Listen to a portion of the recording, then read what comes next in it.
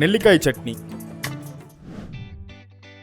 8 பெரிய நெல்லிக்காயை எடுத்து வெட்டி உள்ள இருக்க விதையை எடுத்துட்டு துண்டு துண்டா நறுக்கி வச்சுக்கோங்க.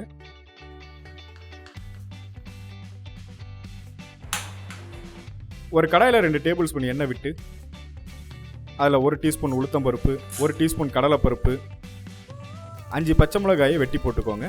6 காஞ்ச மிளகாய், 2 பல் பூண்டை நறுக்கி போட்டுக்கோங்க. அது கூட நறுக்கின நெல்லிக்காயை போட்டு நல்லா வதக்கிக்கோங்க. வதங்கின பிறகு 1/4 டீஸ்பூன் மஞ்சள் தூள் போட்டு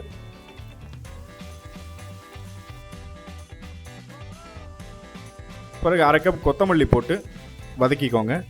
தேவையான அளவு உப்பு,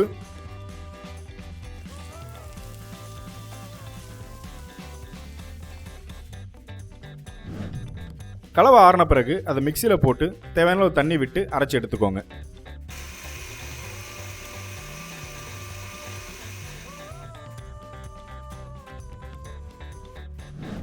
தாளிக்கிறதுக்கு ஒரு கடாயில் 3 டேபிள் ஸ்பூன் எண்ணெய் விட்டு அதில் 1/2 டீஸ்பூன் கடுகு, 1 டீஸ்பூன் உளுத்தம்பருப்பு, 1 காஞ்ச மிளகாய், கொஞ்சம் கருவேப்பிலை, கொஞ்சம் பெருங்காயத்தூள் போட்டு வதக்கி அந்த தாளிப்பை சட்னியின் மேலே ஊற்றணும்.